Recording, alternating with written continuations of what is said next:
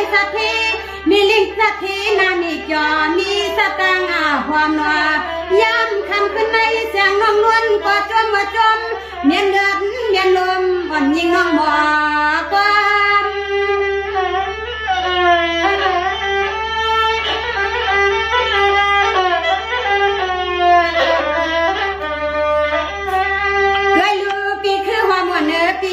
ปีว่างวันปีว่าให้อันปีเก่าพอเลยอยู่อาสากินหน้าเปียวว่าคำในวันหน้าตากะมือหน้านังกากำใจปีตั้งสวงไข่ไล่ไข่เปลี่ยนนาเอาในมือหน้าจึงหาผู้ใดเป็นเจ้าสักทีก่อนว่าพิจีเรื่องนามาจนนักงาจี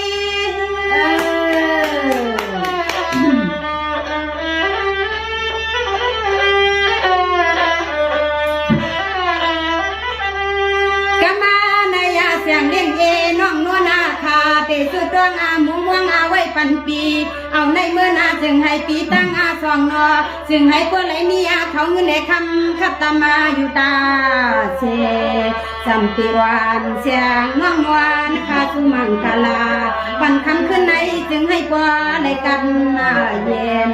จึงให้พวกไหลต่างผู้ต่างไม่จึงให้พวกเราเพยเข็นคณะปีนา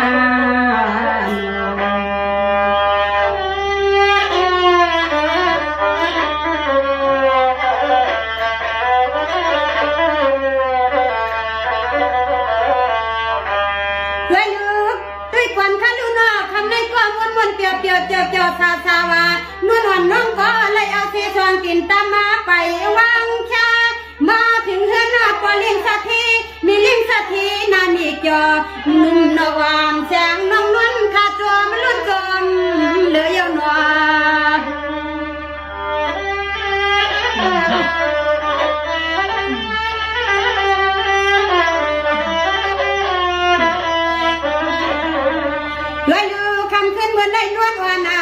นวลสว่างพายุเย็นยังวังไฟนัว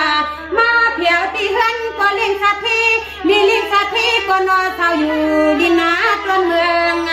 ไทยเสียพระพายิงสมทายิงสมทาเสียพระยิงสมทาเสียเคยลือเปียให้อันนาปีเก่าพอเลยอยู่เปียให้อันปีเก่าพอเลยอยู่สาวาปีเก่าลอยเพื่องออกขาตีไหลก่อจึงให้ผู้ลดที่ผู้ตั้งเลี้ยงนางขาตีสุดดวงเมียงปันนาปีลอย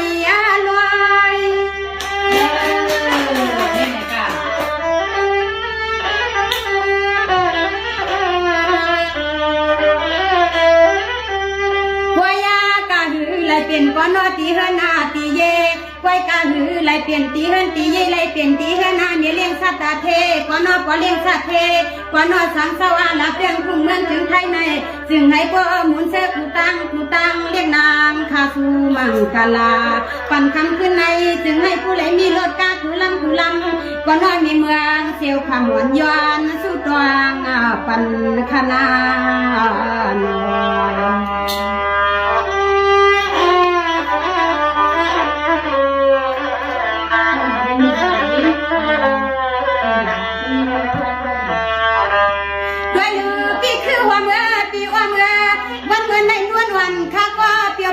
ซาที่นวลสว่างพายุเย็นยางมาเพียวเฮินปีกาหำพ่อก็นอปังสายามังกลาปันคำขึ้นในจึงให้ผู้ใดมีเขาในคำข้าทำผู้พายว่าให้ผู้ใดมือไก่ถึงตีเยืองไม่หนอเปียนวา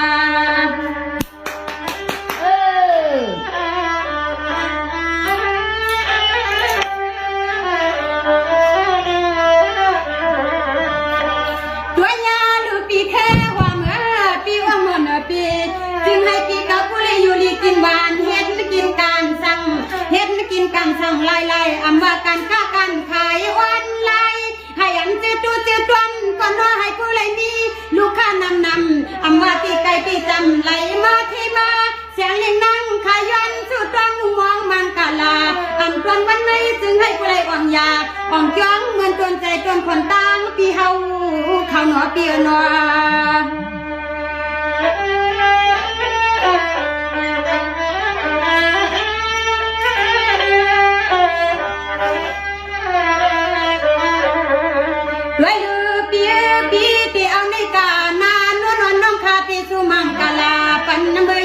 ไม่นัวเอาในมือนาจึงหาบ่เลยเปลี่ยนบ่เลี้ยงสัตว์ทีมีเลี้ยงสัตว์ทีอยู่ดินนาตอนเมืองไทย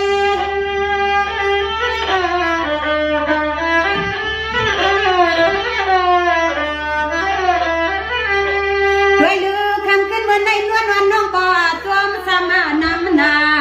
คำขึ้นวันในนวลวันน้องก็จมสมานำนาจมตีข้าวันว่าบ่เลี้ยงสัตว์ทีมีเลี้ยงสัตว์ทีไหลมือวังมือมัวความ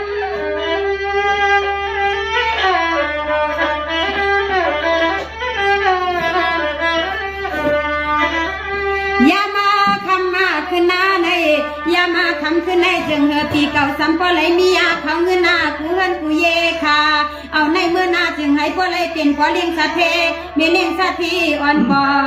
ไม่จ้องใหญ่หวานเสียงน้องหวานนะคะสู้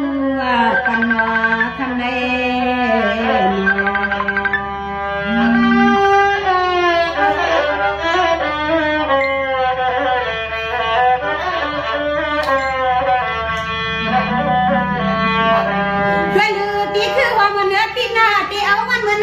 ก่อนหน้าปีเก่าเฮ็ดนากินกันก้ากันขาย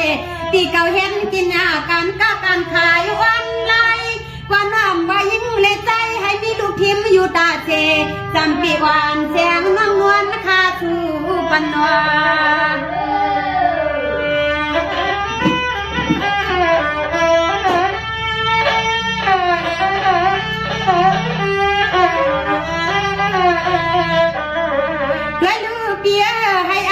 ที่วานาปีปอโดนายาคงว่าให้อันดูที่มันใจปีนั้นปีปอโดในคงว่าเอาในมือนาจึงให้พอเลยมีลูกทิมมีทิมมาใหญ่เทพเป็นเมืองไทยที่ไหนกะอินมาหรอด้วยลือปีที่เอามือในกว่านานนนคาปีสุมังกาลาให้อันปีเก่าพอเลยมีเสกุศาตาฮักกันมาหันต่อเท่าเอาในมือกายาปีให้มันได้มีความมาเข้ามาสิมายากาวาใน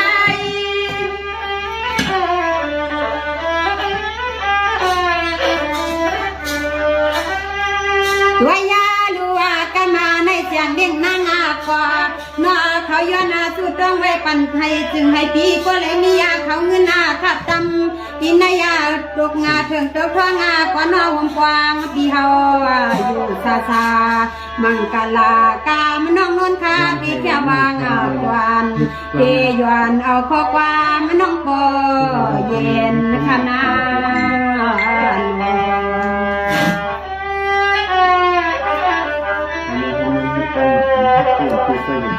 ที่มันขึ้นก่อนเลย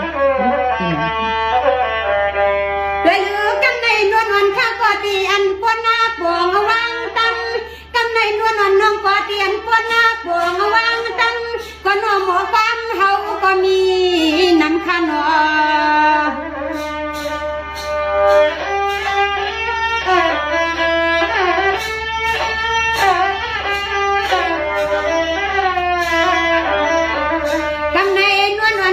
ตีแค่วางอากวานตีย้อนเอาข้อความแสงน้องก็เย็นว่าด้วยนาเฮาจองคำแข่งลอยลอย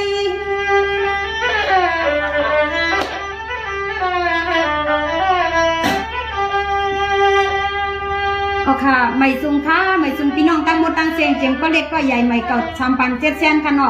ย้อนในพวกอะไรอยู่ดีกินวันให้การขึ้นใหญ่มาสูงในพี่น้องเขาอำว่าอยู่ที่เราตั้งไหลอำว่าอยู่ที่ไกลที่จำในขนอสังเจอพี่น้องเขาหักความไตปั่นเก่าไปมวนเฮาหาพี่น้องในก็